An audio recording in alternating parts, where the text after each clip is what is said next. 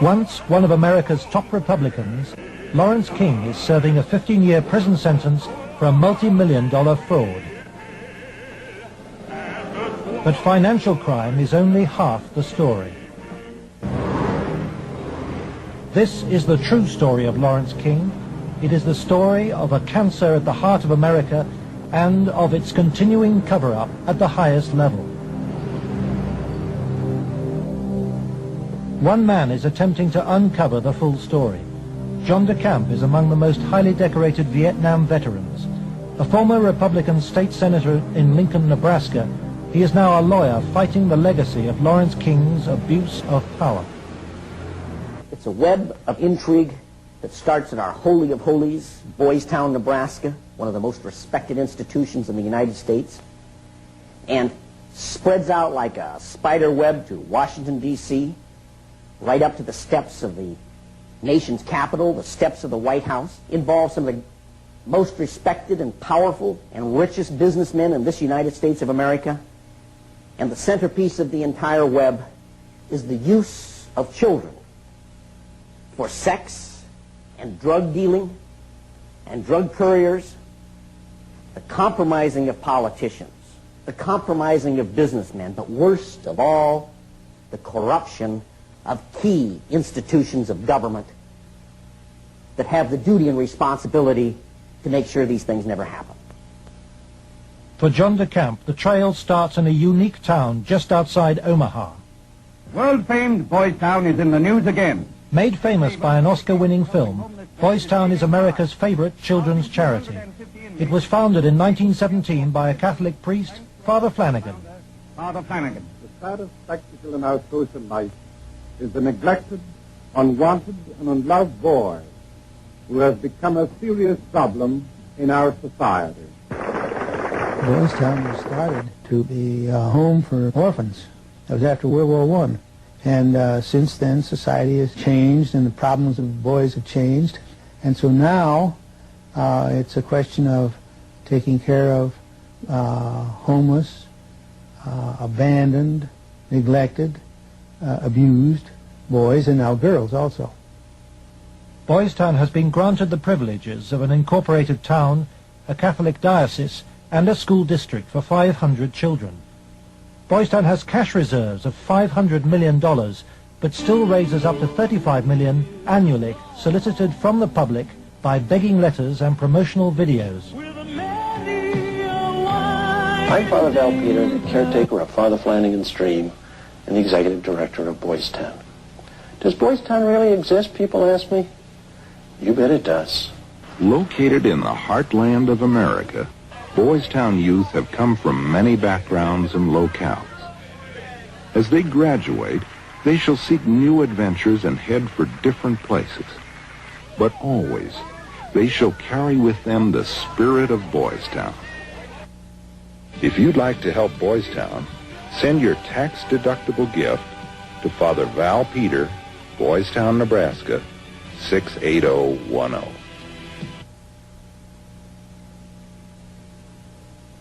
Boys Town, for me, was the first thing I ever heard of when you think of institutions that you respect. Believe it or not, I was there. When an institution like that gets contaminated, then you'd better, if you got any decency at all, do something about it, or at least get it cleared up.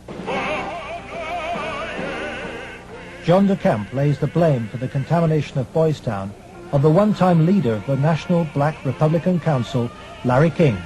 Larry King was the fastest rising black star in the entire Republican Party of the United States during all of the 1980s. And he was also one of the most evil individuals in this country in terms of being a dealer of children, in terms of being a thief, 40 million that they documented he stole, and in terms of using and compromising and corrupting one after another politicians. The base for his network was the Franklin Federal Credit Union, a people's bank in Omaha, Nebraska. Larry King was its general manager.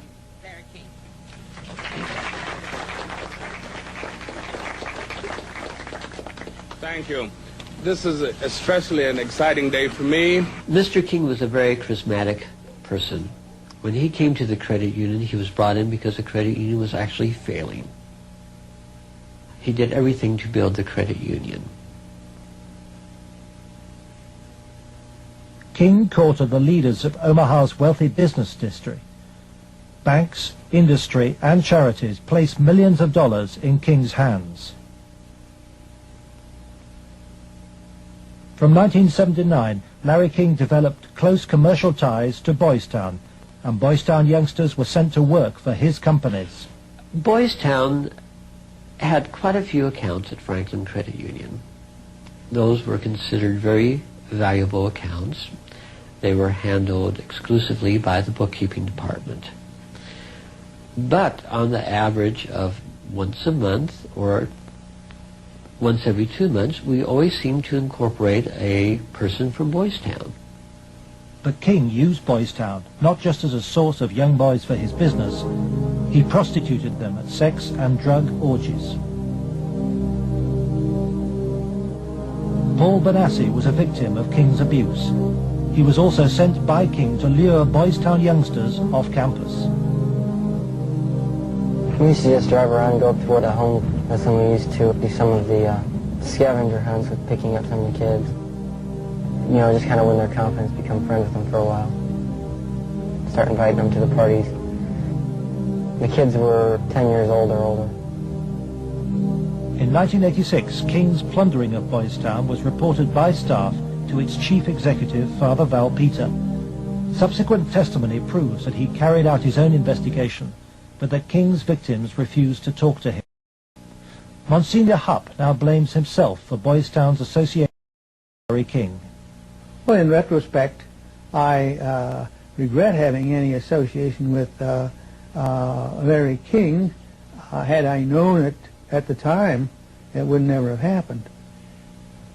Could you understand why a very detailed report from a social worker employed at Boys Town, identifying children and identifying their alleged abusers, never saw the light of day? Nothing happened with that. No, I can understand that, because had I known that, I wouldn't put up with that. But is that something like that happen? I don't know of it. Nebraska has a very clear statute that child abuse allegations should be reported to authorities. They shouldn't be reported to the principal of a school, director of a facility. They should be reported directly to either Child Protective Services or law enforcement. And so Larry King remained free to feed his pedophilic parties with child victims. But in 1988, a routine review brought King's involvement with Boys Town youth to the attention of Nebraska's State Foster Care Review Board.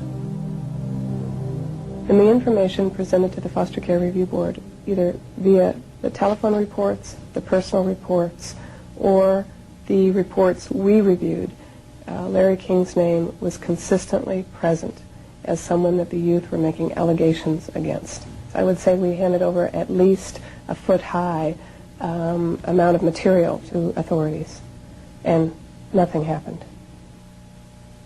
Omaha police now accept that Larry King may have been abusing children. Good morning, Roberta. Good morning, Steve. But its most senior officer claims the evidence was not conclusive. It is certainly possible that Mr. King was involved in illegal acts with children.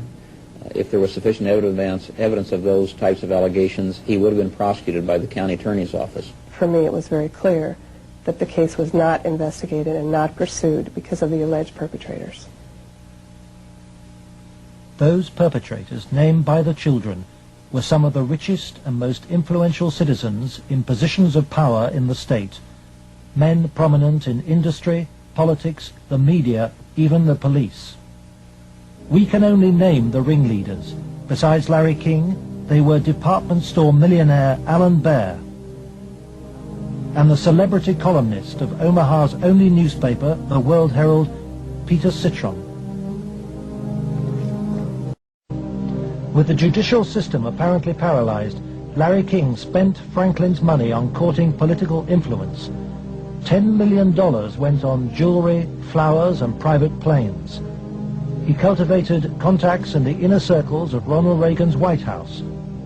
At his palatial homes, 3 in Omaha and 1 in Washington, D.C., he held extravagant parties for the influential and powerful. His lavish spending bought him a protected life. Larry King was constantly heralded, cheered, applauded in the news media as the great businessman that's helping the poor people, the black community of Omaha. But King's extravagance attracted the attention of the Internal Revenue Service. As a result, on April the 11th, 1988, the Franklin Credit Union was raided and closed by the FBI.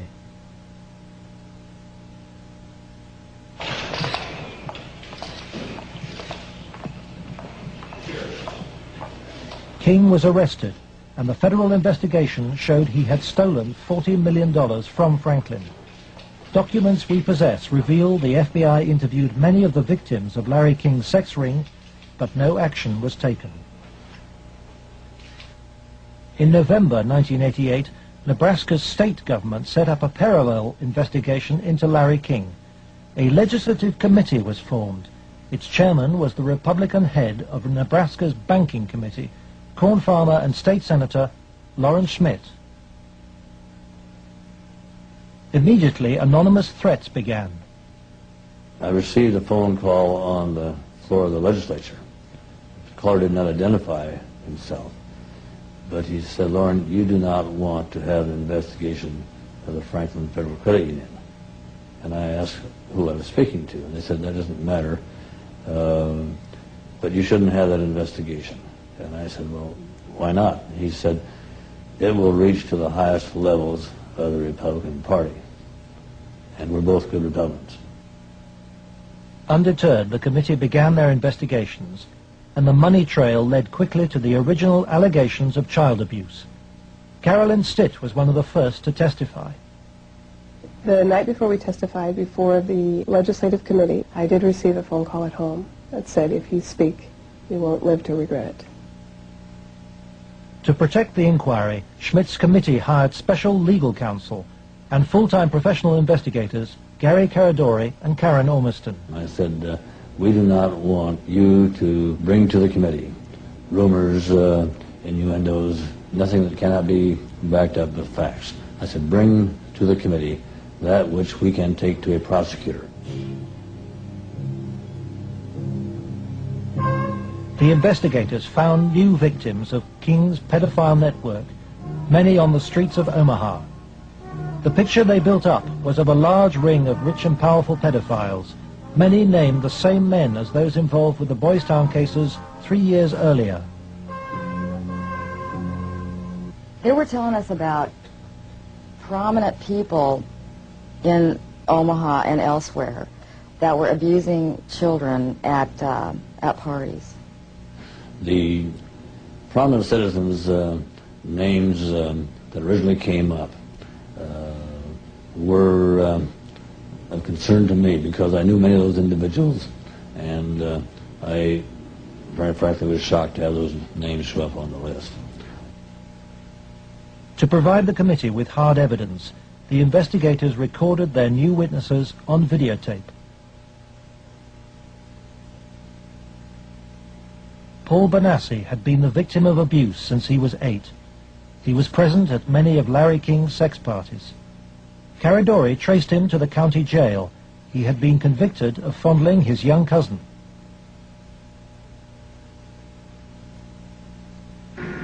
some of these people that would come to these parties? Larry King, Peter Citron once in a while. He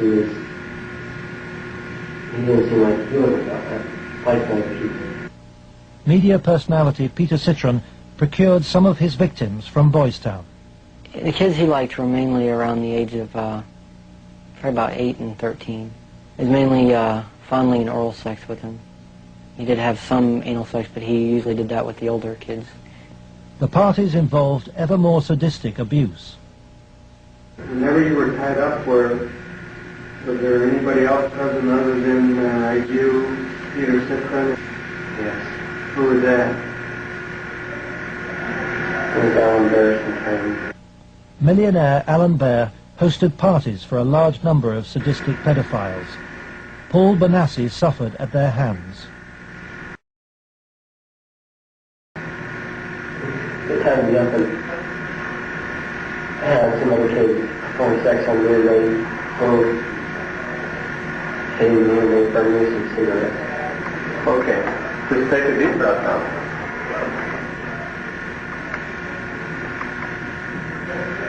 And cross patrol on him. Troy Bonner would tie you up? He was there. Troy Bonner was found by the investigators and his videotape testimony taken under oath.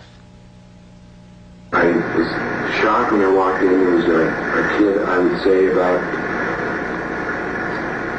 15 years old, out in the middle of the room. One guy was standing in front of him.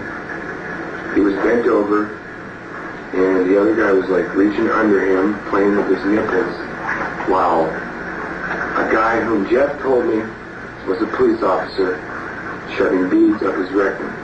The police officer was shoving beads up his rectum? Yes. Bonner named Alan Bear as the man who introduced him to the sex parties. Alan Bear was a sick fuck. Didn't care, wanted sex, nasty, I don't even know if you can call it sex. Everything, I mean, from just, touching to fruit, squash, huge squash, that big around, to you, into your ass, heat things, hot things, poked at you and stuck in you. But the center of the child sex ring was Larry King. Larry King was the same kind of sick fuck Alan Bear was, except Larry King was more violent, more sure of himself, I got those scars on my arm one night at a party where Larry King, wanted to, and have us push our arms together, and then you'd light cigarettes, and as soon as you get burning, you'd just drop them down between your arms, and, let it burn. And they made us stand there naked and touch each other while holding our arms together and burn cigarettes where, it's on film someplace. I mean, they filmed it, burning, I mean, I would, see him fuck a 10-year-old boy in the ass, until he bled, and, just pull out and stop, and, push him down, and then go out and, meet with decent people. King would also provide underage girls for abuse. Alicia Owen told the investigators she was 15 when she attended her first party, introduced by a Boys Town boy. Caridori discovered her in jail where she was serving a sentence for passing bad checks. I met some guys there that were from Boys Town, and it was at that party that I met Larry King. At the time that I met Larry King, I did not know that he was Larry King. I had met him. It was the first time I'd ever met him. Larry King and Alan Bear frequently hosted the child sex parties in penthouse apartments at the Twin Towers luxury block in Omaha. A lot of it was me handcuffed with my hands behind my head and my feet tied, and doing different things. What do you mean? Sometimes there'd be a guy straddling over my face. Okay. Most of the time, Larry King took pictures quite a bit during that time.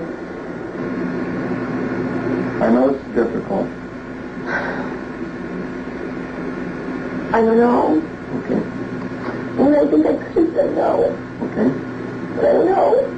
Okay. And you know, Alicia, you're a victim. And with a young age, let's go off camera for a minute. We were appalled. Appalled. I don't even know if it comes across on the video, the way it came across to us in person. It was incredible. It's incredible what these kids went through, I think. Larry King was also here. He came in and we drank and did cocaine. I didn't do much. He turned me on to it, Larry King did. Drugs was a strong part of how they got control of some of the kids, because that's what some of the kids were there to get. They would do the sexual acts and then be provided with cocaine or whatever type of drug they wanted. Heroin, you know, I don't know, but that was my drug of choice, you know. Till this day, I remained an addict, you know. And those of us that didn't like to be involved and didn't want to be involved were threatened. Oh, so and who would do these threatening remarks? Larry King. Do you think Larry King personally did? I mean, I think he did. And when they threatened, you know, that I can go find somebody that will kill you, and it will kill your family, he didn't tell anybody. Larry King was, I would say, the center of transporting the children around the country. The airplanes were usually in his name. They were paid for by Larry King. We met them in Pasadena. Met who in Pasadena? We met, Larry King was there. There was 3 boys that I had seen at one of the receptions at the country cafe were there. And I'm almost positive they were Boys Town boys. Almost positive.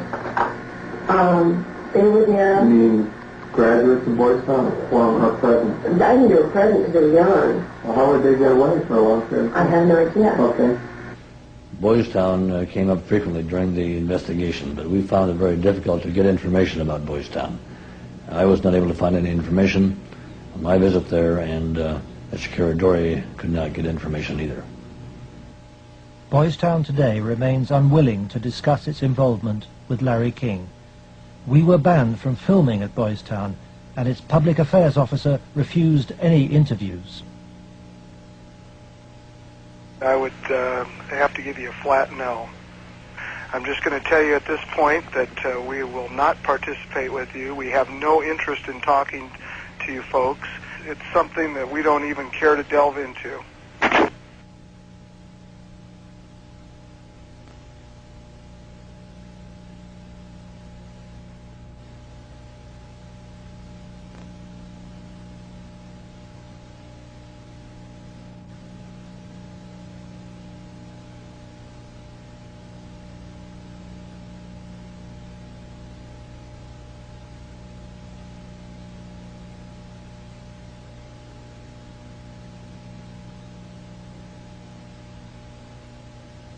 By the spring of 1990, the Nebraska State Committee was convinced by the evidence of an organized child abuse ring. Its chairman, Lawrence Schmidt, sought the advice of his lawyer, John DeCamp. On his advice, Schmidt turned over all the sworn evidence to the FBI. But immediately, the videotape testimony was leaked to a hostile local media. The media immediately started discrediting the witnesses. They were, the witnesses came across in the media, in the Omaha World Herald, especially, as the criminals. The last 3 victim witnesses were demolished by the press, particularly the Omaha World Herald. The paper never looked for information that would support any of the allegations. The whole purpose of the stories was to destroy any credibility that these youth may have.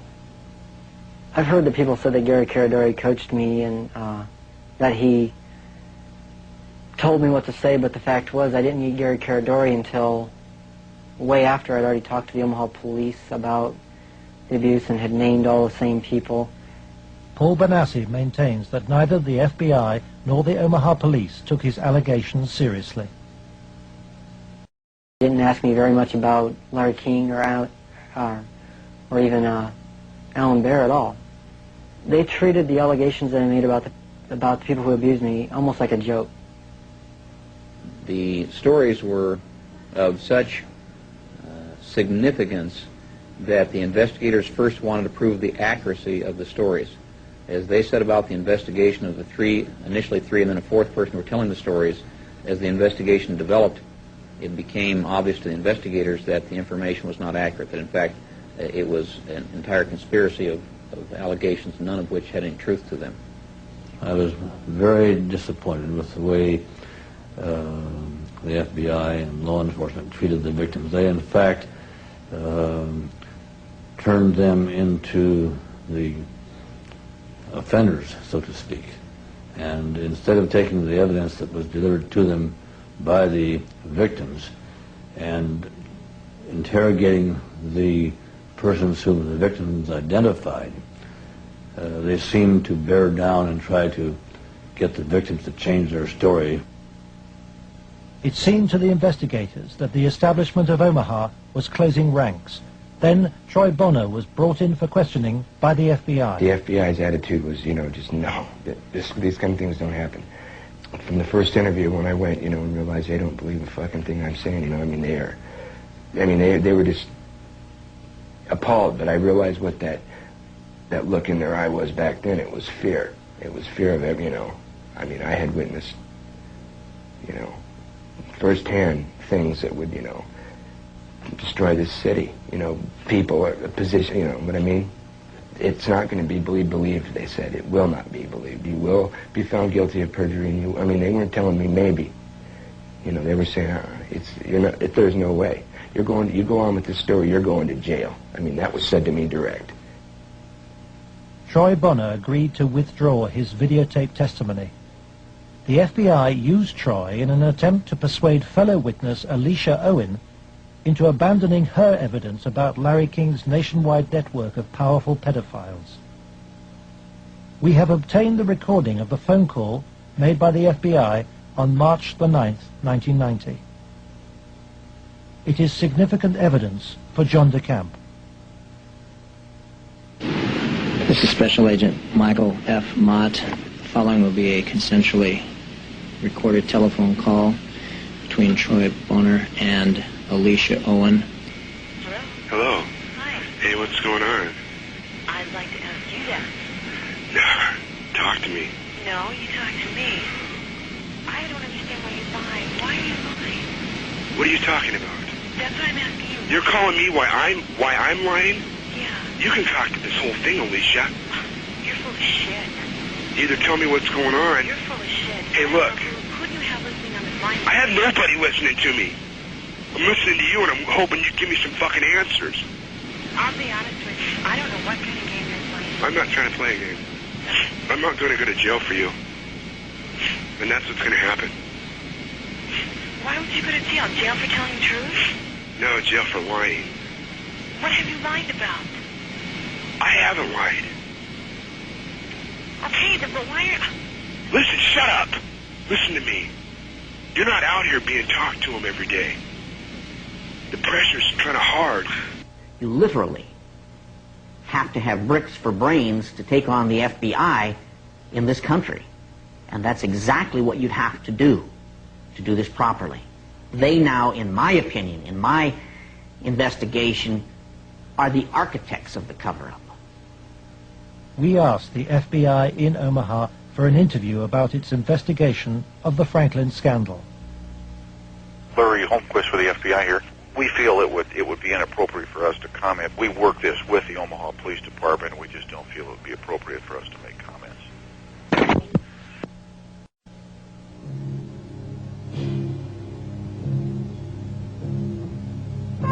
As the investigators sought out new witnesses, they found themselves under constant threat. Gary was threatened several times.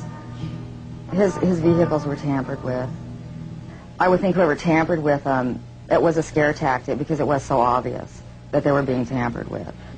Gary it was one piece of evidence I know he got that he even said he got one step ahead of them this time. He told us about this book. It was like addresses, telephone numbers, names. He said if they knew he had it, they'd kill him. On July the 11th, 1990, Gary Caradori and his 8-year-old son AJ were flying home from Chicago in his light aircraft. They had watched the All-Star baseball game, and Caradori had been pursuing new leads. Investigators from the National Transportation Safety Board are in Harold Cameron's cornfield, trying to determine what caused this private plane to crash, killing its 2 occupants. The bodies of Gary Caradori and 8-year-old AJ were found in the wreckage. National Transportation Safety Board investigators say wreckage from the crash is apparently strewn over a 3/4 to 1 mile long stretch in this field. The fact that the wreckage is scattered over a large area certainly demonstrates that it did break up in flight. The exact mechanism of breakup yet is still unknown. The federal investigation was never able to discover what tore the plane apart. There are things missing from the plane. His briefcase is missing. I think the plane was sabotaged. There's no doubt in my mind. Within 24 hours of the tragedy, all Caradori's records were impounded by the FBI. Gary's widow, Sandy, is still unable to come to terms with her loss. As a mother, I don't want to ever think that somebody murdered my child, let alone my husband. But I think if you'd ever talk to any parent, be it mother or father, who's ever lost a child, I mean, the worst thing that you can think of is that somebody would want to murder a child. I really feel that somebody killed my brother. And inside me, I know that somebody killed my brother. If somebody could help us out somewhere, somebody knows something. And may God help those who did that to him and his family. The effect of Gary's crash on the investigation, I think, in effect, put an end to anybody else coming forward. There are many victims. We knew of more. There are more. They're still out there. They're afraid to come forward. That's when I was finished, because I figured out if they murdered Gary and his son, there was nothing that would stop them. There was no piece of paper. There was nothing we could come up with that was going to get anything done.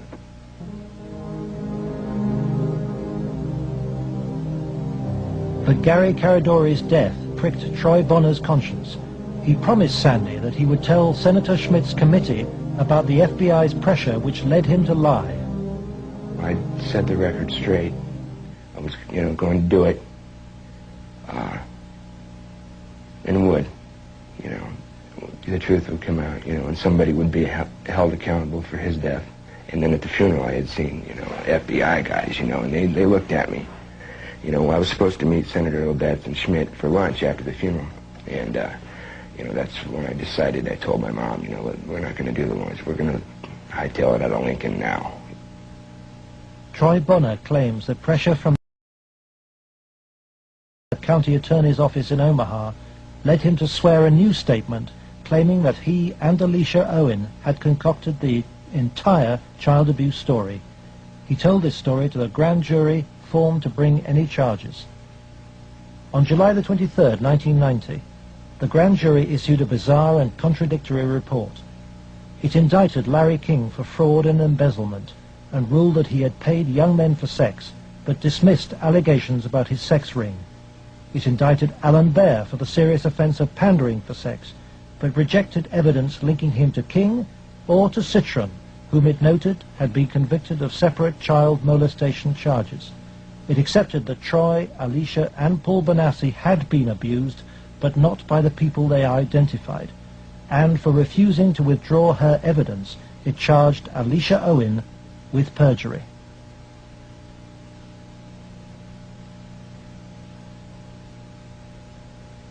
Lawrence Schmidt's legislative committee issued a report denouncing the grand jury. Schmidt acknowledges that the system failed both the victims and him. I had, I think, as distinguished a record as anyone could put together in 24 years. I was told that would be curtailed, and it was. I was told I'd have financial problems, and I did. The message was not lost on most politicians in Nebraska. I think the message that was delivered was, if any legislative committee ever tries to conduct a thorough investigation again, the same thing will happen.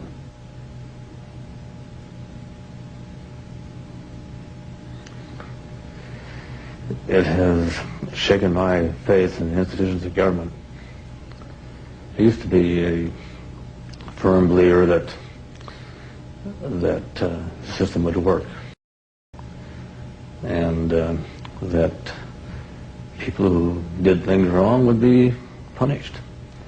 And we discovered victims who claimed to have been abused and who the grand jury acknowledged had been abused. But they did not try to find out who had abused those individuals. Instead, they convicted Alicia Owen of perjury. Indefensible from my point of view.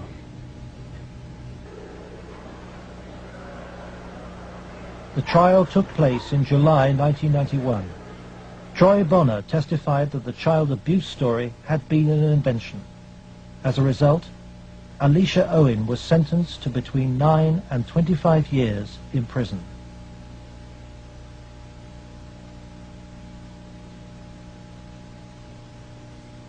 I can't find a case in the history of this country where some kid got sentenced to 25 or 30 years in prison for something like this. If you were going to pick a what I call a telesign, something that says something fishy about the whole thing, it was in the sentencing itself. For some reason, they had to send a signal to every kid who was a potential witness. My opinion again. A signal so loud and clear, if you dare to come forward, if you dare to talk, watch what happens. Alan Baer was fined $500 after pleading no contest to a reduced charge of aiding and abetting prostitution. Peter Citron served 2 years of a 3 to 8 year sentence. Thanks to Troy Bonner's lies, Larry King never faced child sex charges. For the $40 million fraud, he was given a 15-year sentence, 10 years less than Alicia Owen. I feel really sick. I should be taken out and shot for doing that. And if that was to happen, I would go willingly.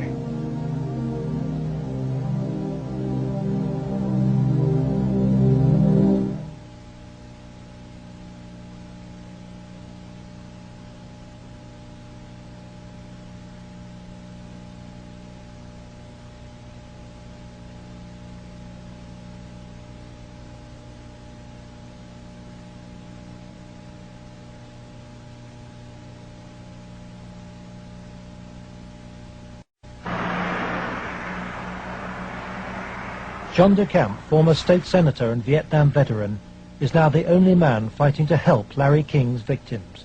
He is the lawyer trying to overturn Alicia Owen's conviction and to expose the cover-up. I live in Nebraska. Hell, I was born here, raised here. I have 4 kids growing up here. Like it or not, it's my heritage, you know. Well, if it's a dirty cesspool that I got to live in or look back on that I left, that ain't good. The real cost, if I were going to say to my family, has been the fear and intimidation it's put in some of the kids. A couple of the kids are really, really frightened and really had some sleeping problems over it, you know, hear this or that. So that's been the real concern I've had.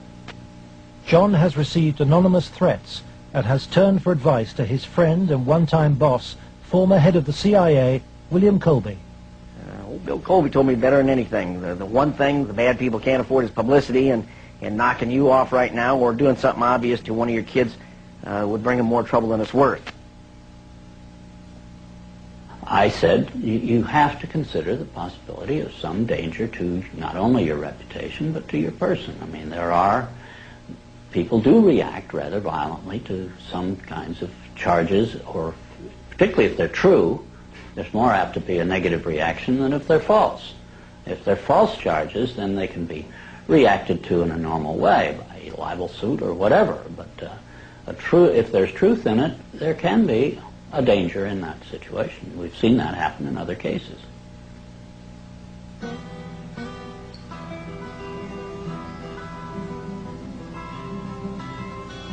John arranges to meet Troy Bonner, the young man he sees as the key to the cover-up. He's in great danger. The reason is he carries the secret, so to speak. He served his purpose for the FBI and others by committing the lies that put the seal on the cover-up.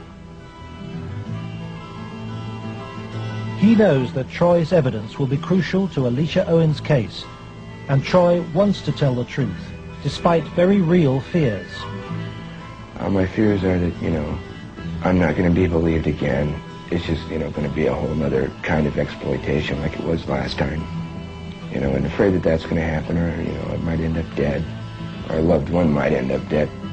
Troy has an overriding reason for putting the record straight. Maybe somebody has a better idea. I want this to go forward and done so that all those other kids who a lot worse things have happened to can come forward and see that action can be taken.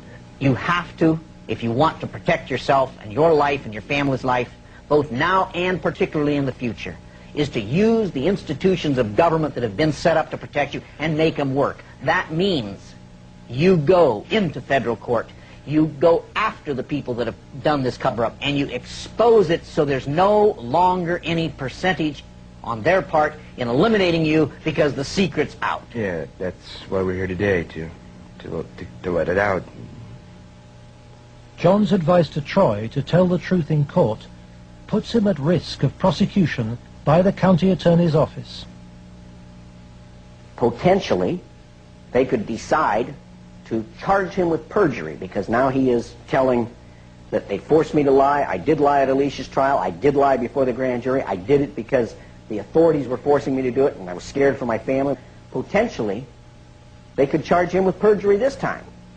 Troy's appearance in court will keep Alicia Owen out of prison. She's on bail while DeCamp appeals against her perjury conviction. As her hearing approaches, vital new evidence emerges. Alicia claims that some of Troy's videotape testimony was withheld from the grand jury which indicted her. The tapes that were shown to the grand jury had been edited. Everything that matched Troy's statement Was shown. that matched mine 'Cause I know it's was raised. edited out. And I think maybe one of the things we want to do is show the judge specifically where these, little 5-minute segments of, look, this tape says this, and then show him it isn't in this tape, and this is the tape the grand jury saw. I'm going to attempt to get these tapes, and we'll see what happens next. But to obtain the tapes, DeCamp must approach some of the very officials he has accused in court of being involved in the cover-up, the county attorney's office which ran the grand jury. In the good old Alicia Owen case, 127-194, I'm trying to get the evidence, the tapes and the transcripts of Troy and Danny. Troy Bonner. I had that up here once. Yeah. Look at the county attorneys. They have all the bills up there. Oh. Robert.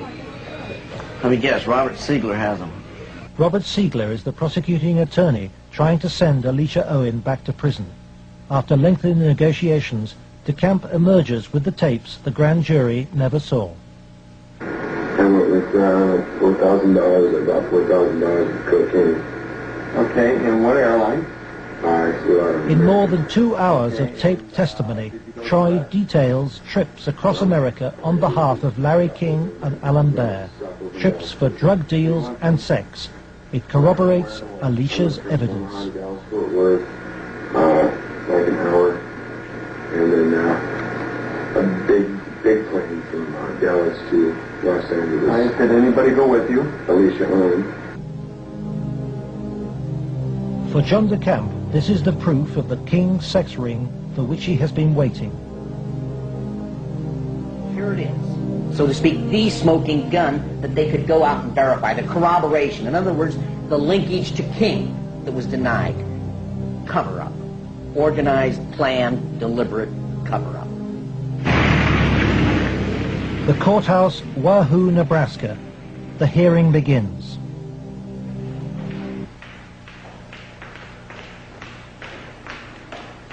Alicia Owen is ready to testify.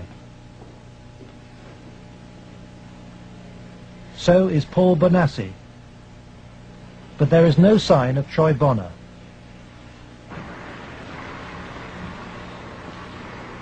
DeCamp discovers that Robert Siegler has sent the young man a subpoena. Fearing arrest for perjury, Troy has gone into hiding. DeCamp is without his most vital witness.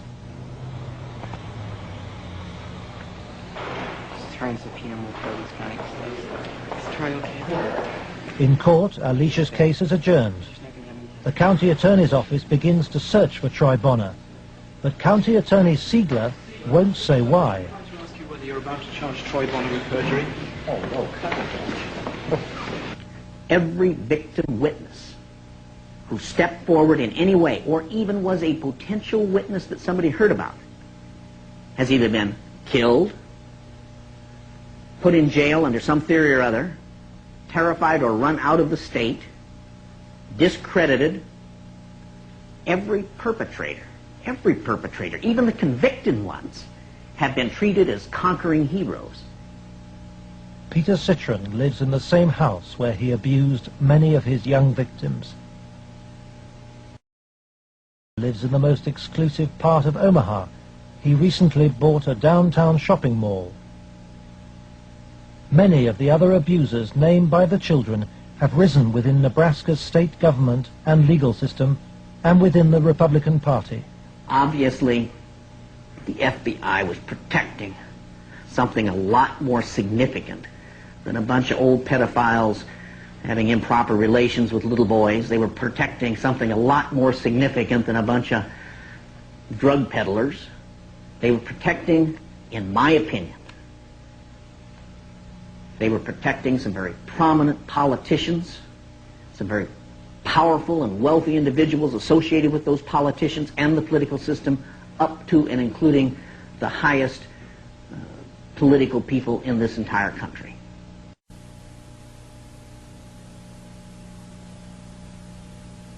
In search of the men who protected Larry King, John DeCamp goes to Washington to investigate King's connections in the Republican Party and on Capitol Hill.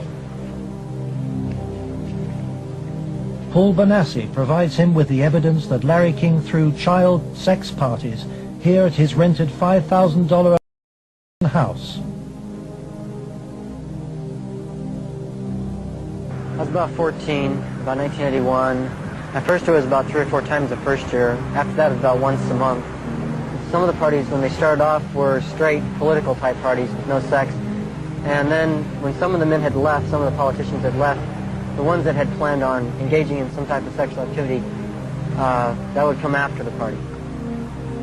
Some of the kids would be held downstairs in some of the rooms where if they acted up or if they started freaking out because of the drugs that they were on, they'd put them in a room that they couldn't get out of, and they'd lock them in. What kind of drugs? Anything you wanted. Cocaine, heroin, speedballs. You're telling me those speed. things were at these parties where you had Larry King and prominent politicians? Yes. Were they readily available to anybody at the party? At the after parties, they were readily available for anybody. Beforehand, they did it more upstairs than they did anywhere else, and it was kind of in the back rooms. Were any attempts ever made that you know of to expose this situation? As far as I know, nothing's ever been done, and most of the people that were in there had already been, I guess you could say, compromised. King's partner was Washington lobbyist Craig Spence. Spence took youngsters, including Bonassi, on private midnight tours of the White House. So you were in the White House then? Yes. And how did you gain access? Well, I came down with Larry King, but Craig Spence was the one that arranged the trip for us. And it was kind of a gift for our services that we were doing. How many times were you on this kind of a trip? I came to it on 2 times. 2 times. And were you used for sex on those occasions? Not until after we left. After you left the White House? Yeah. What time of night? It was usually around midnight.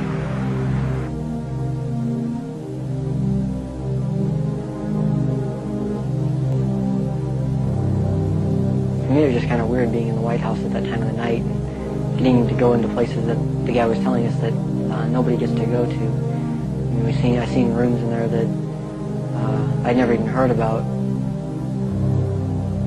And Craig Spence and Larry King had a couple of groups. One was called Bodies by God, and they had the Callboys, and there was another group that was started by Larry King, which was called the Golden Boys, which was kids that were usually under the age of approximately 10.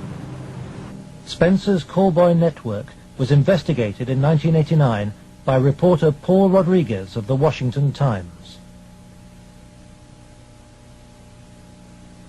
We had uncovered a series of allegations from some minors, and it led me to a callboy operation.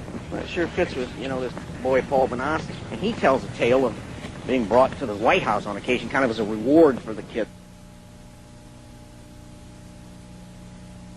Craig Spence's dad, he committed suicide. He had advanced stages of AIDS. He was an AIDS carrier, and he killed himself.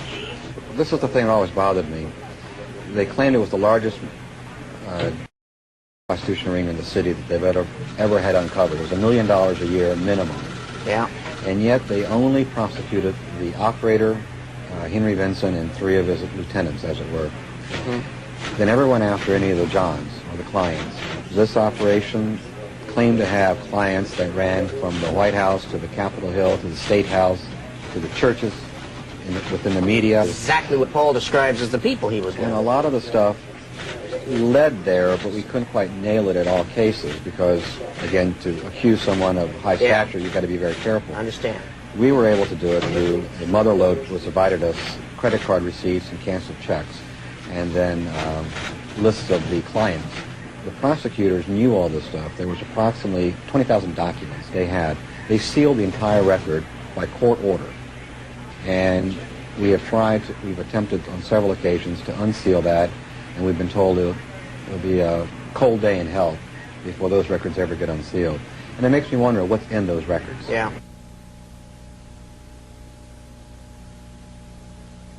John DeCamp believes that the legal system is still being subverted and that the people protected are still at the heart of the American establishment.